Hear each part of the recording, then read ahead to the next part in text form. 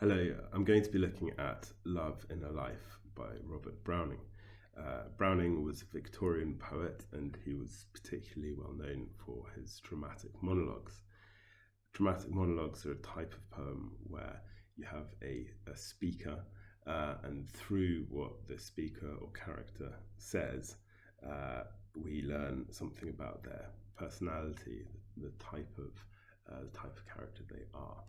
And certainly that applies here, as we have in this poem a speaker who seems to be searching for somebody. Perhaps we might infer his wife, and he becomes increasingly sort of troubled by his inability to find her. And by the end of the poem, I think we're left with some pretty striking impressions of what type of person this speaker is, and also with a lot of questions about the nature of the relationship that he has or had with this woman he's searching for.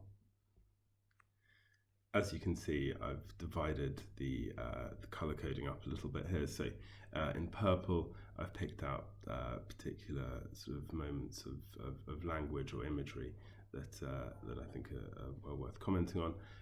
In green, I've highlighted some of the sort of the sound elements of the poem that I think create particularly interesting effects.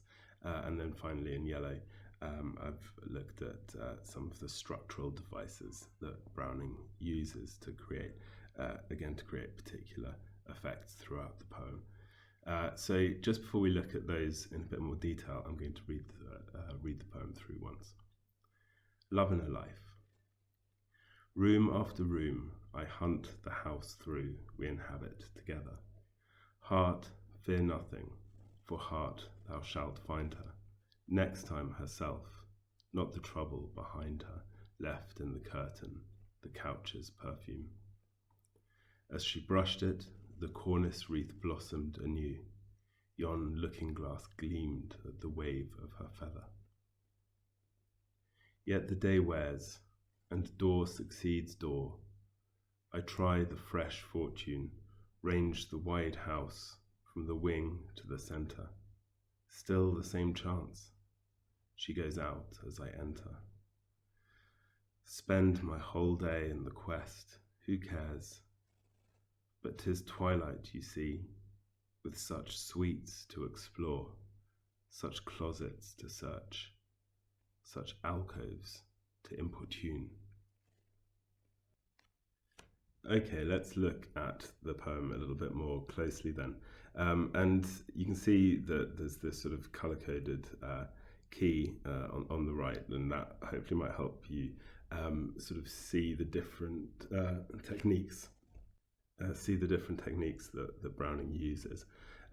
When you're talking about them or writing about them in an answer, you can definitely sort of talk about how he combines them. So you might mention, for instance, the way that a use of an enjambment perhaps supports a similar idea that the language itself was making. But anyway, for this video, I've sort of separated them out. So we've got language in purple, sounds in green, and structural features of the poem in yellow.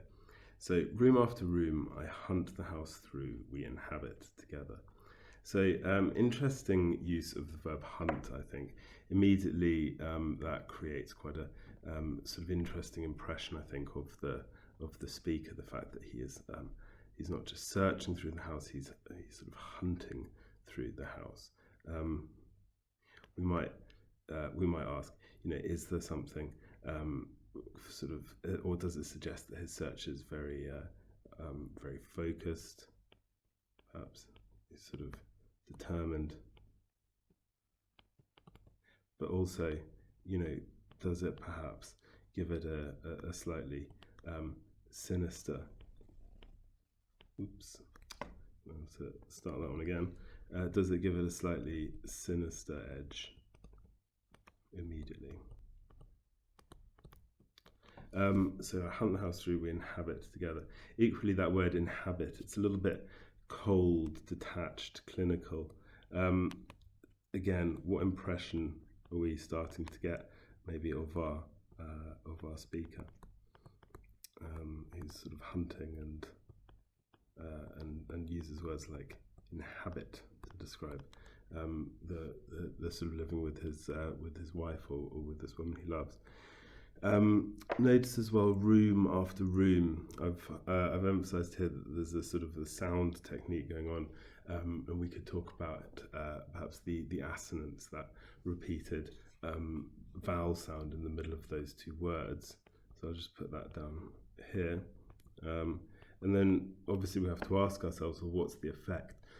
And I think perhaps we could say that the assonance here creates that roomy impression, that sense of sort of wide open spaces. These are big, sort of perhaps quite a kind of mansion-like building that he's searching through, with these big, wide open, but also importantly empty rooms, and that get that sort of empty sound immediately through Browning's use of assonance there. Equally, we might talk about the alliteration, the aspirant alliteration, hunt the house through. Again, does it add a little bit maybe to that sort of menacing sense of the speaker? Right, let's look then from line 4. The speaker continues, and this time he's sort of addressing himself. He says, "Heart, fear nothing, for heart, thou shalt find her. Next time herself, not the trouble behind her, left in the curtain, the couch's perfume." So here it's quite interesting. We have a very disjointed sentence, or a very disjointed couple of lines. You can see all sorts of sort of broken up subclauses, separated by commas, and we might comment generally on the way that perhaps mirrors the speaker's frame of mind as he's sort of frantically searching, sort of moving from room to room. Is he also perhaps slightly losing the plot a little bit? So we have, I've noted here, heart being repeated as a structural technique, and we might think about what the effect there is as he's addressing his own heart, his own emotions. Heart, fear nothing. Does the repetition perhaps create a sense that he's not quite able to sort of encourage himself? You know, is he doubting that he's going to find her? And does the repetition perhaps betray a little bit of that doubt? And you can notice here as well the imperative language that he uses, fear nothing. And again, the effect, perhaps he's sort of really trying to sort of convince himself, but perhaps that leaves us feeling a little bit less than convinced. And here he says, "Thou shalt find her." It's an unusual word, but it's sort of a slightly old-fashioned word, but it's a sense of, you know, you will find her. He's sort of really trying to convince himself. So let's have a look at at some of the imagery in these lines as well. So he's really hoping to find her, and he says here, next time herself. So it implies this time he hasn't actually found her. But what has he found this time? The trouble behind her, left in the curtain. So perhaps a kind of a brushing of a curtain that just sort of moves it slightly as though there's a person there. That's the image I get there. The couch's perfume, a sort of a hint of a scent that she's perhaps left behind from her perfume. And then we get these quite lovely images in the next couple of lines to finish that first stanza. As she brushed it, the cornice wreath blossomed anew. So a cornice wreath is a sort of decorative part of where a wall joins a ceiling. And he's saying that as this woman, as she brushed past it, it would seem to sort of blossom anew. And a looking glass, so a mirror. Notice he says, yon looking glass, so that mirror over there gleamed at the wave of her feather. So all of these words, I would suggest, perfume, the idea of something blossoming or something gleaming, they're all very sort of subtle sort of images, I think. You know, these are hints of things rather than the thing the thing itself, or rather we could say, hints of her, this woman he's searching for. It's not her herself, but he's saying next time he'll find her. So I just wanted to look at these. So perfume, I think, blossomed and gleamed. They're all sort of working in slightly different ways, creating slightly different images, but I think all of the images, what unifies them is that they're these very sort of subtle images. They're a bit, we could also say, tantalizing. They're kind of just dangling there in front of him, but he can't quite find the woman herself. He's just left with these little clues about her. So just a couple of other things to pick up on. Notice in terms of structure, I've mentioned here where he says next time herself, this exclamation mark. It's a real sense of, again, he's sort of convincing himself, next time I will find her.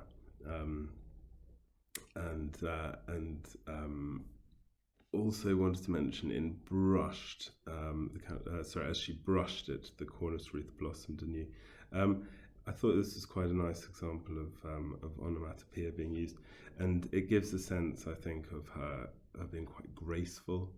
This woman, she sort of just brushed past the cornice wreath, and it seemed to blossom. So she was sort of life-giving, graceful figure.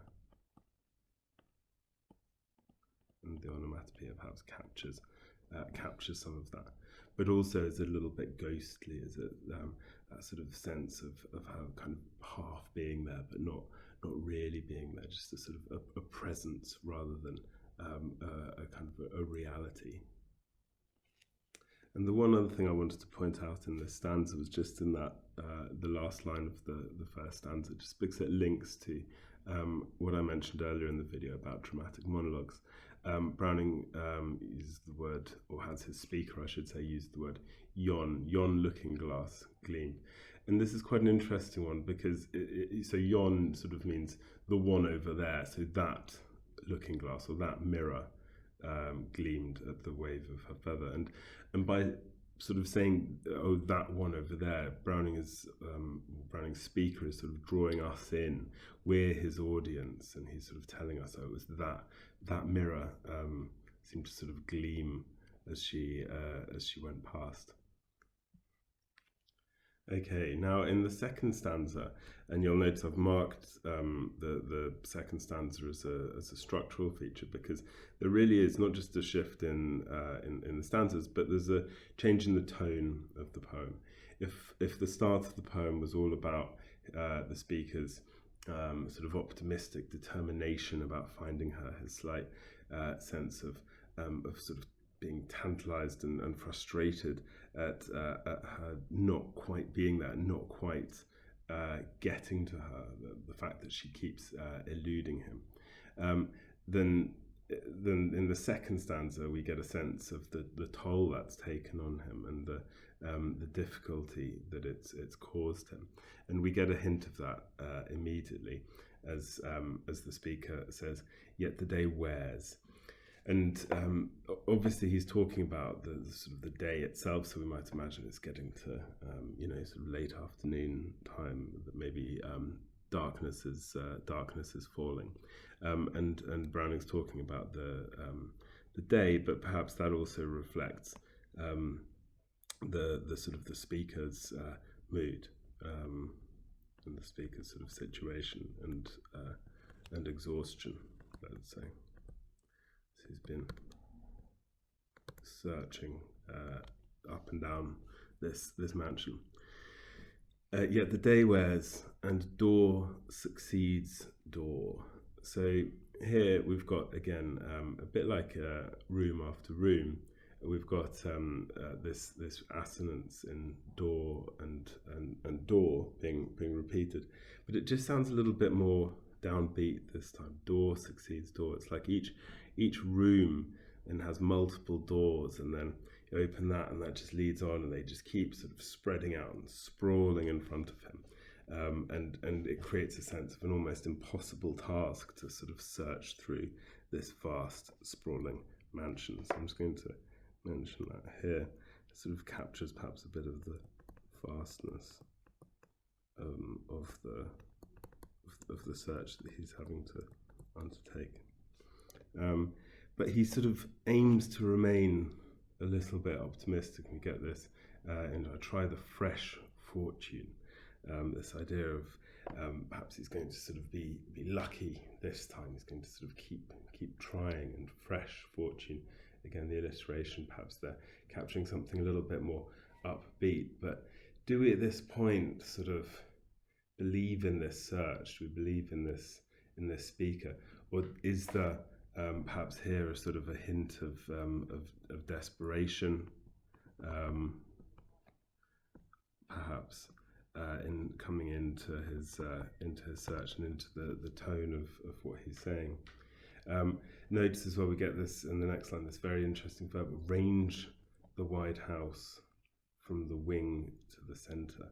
Range, I think, sort of links semantically with hunt earlier. It's that very sort of powerful, almost a sort of a hint of violence in it, perhaps sort of ranging. It's like powerful, striding about from the wing to the centre. And again, we get a sense of just this place being unimaginably large, and again, perhaps almost unrealistically large. Is it a sort of symbolic place that he's kind of trapped in mentally, searching? He searches from the wing, so from the sides of the house to the centre. He's been quite systematic about it. Still the same chance. She goes out as I enter. So again, it's that sense that she's just out of his reach. And I think it's quite interesting here to notice the rhyme where it says, so range the White House from the wing to the centre, still the same chance, she goes out as I enter. And to me anyway, it creates almost a slightly sort of mocking tone, that rhyme there. Wing to the centre, she goes out as I enter. So just as he arrives into a room or space, she's just disappearing out through another door, constantly out of reach. So that's the sort of the rhyme there, perhaps creating a bit of a mocking tone. And you'll notice then the third to last line, I've noticed a sort of a structural feature, and perhaps this one's a little bit sort of slightly pushing my luck here, but the speaker's often sort of introduced things using the first person. So, in the first stanza, I hunt the house through. Here he sort of dropped that pronoun I, and we just have spend my whole day in the quest. Who cares? And I wonder if, very subtly here, by dropping that I, we get a sense of his exhaustion. He can't even fully sort of articulate the ideas anymore. Spend my whole day in the quest. Okay, so we get the sense of it being something he's sort of completely dedicated himself to. Sorry, horrible handwriting on this screen. It's sort of been his total focus his whole day, and in this quest, and that's quite a kind of grand word. We might get an impression of perhaps knights, or certainly something like Lord of the Rings, perhaps a sort of a big important mission on a quest, and that's how he sees this search. And then we have this sort of slightly rhetorical seeming question: who cares? Well, certainly he does, doesn't he? The speaker, and he's going to keep searching. He says, "'Tis twilight, you see, so the day is done." But he's not finished, and he still has such suites to explore, such closets to search, such alcoves to importune. Perhaps should have highlighted here as a structural feature that repetition of the word such. So I think I'll just move that a little bit. The word such, each of these sort of creating that sense of just so much more, such spaces. It's quite sort of open and vast, and he's got all these different areas still to search. And he's going to explore, search, and importune. You'll notice that he's even ended here with an exclamation mark. There's a sense that this speaker is absolutely sort of committed still to this mission, but does he perhaps at this point seem a little bit unhinged? Has he been driven a little bit mad by this search and by his inability to find what he's looking for? And just one final thing I wanted to pick up. You'll notice here in the penultimate line I've mentioned the sound quality of such sweets to explore. And it's quite a nice example of sibilance. But again, does it give him, the speaker, does it give the words a slightly sort of sinister or menacing quality that his search is going to sort of keep going, such sweets to explore. There we go. I hope that was of use. If you have any questions or comments, feel free to write them under the video.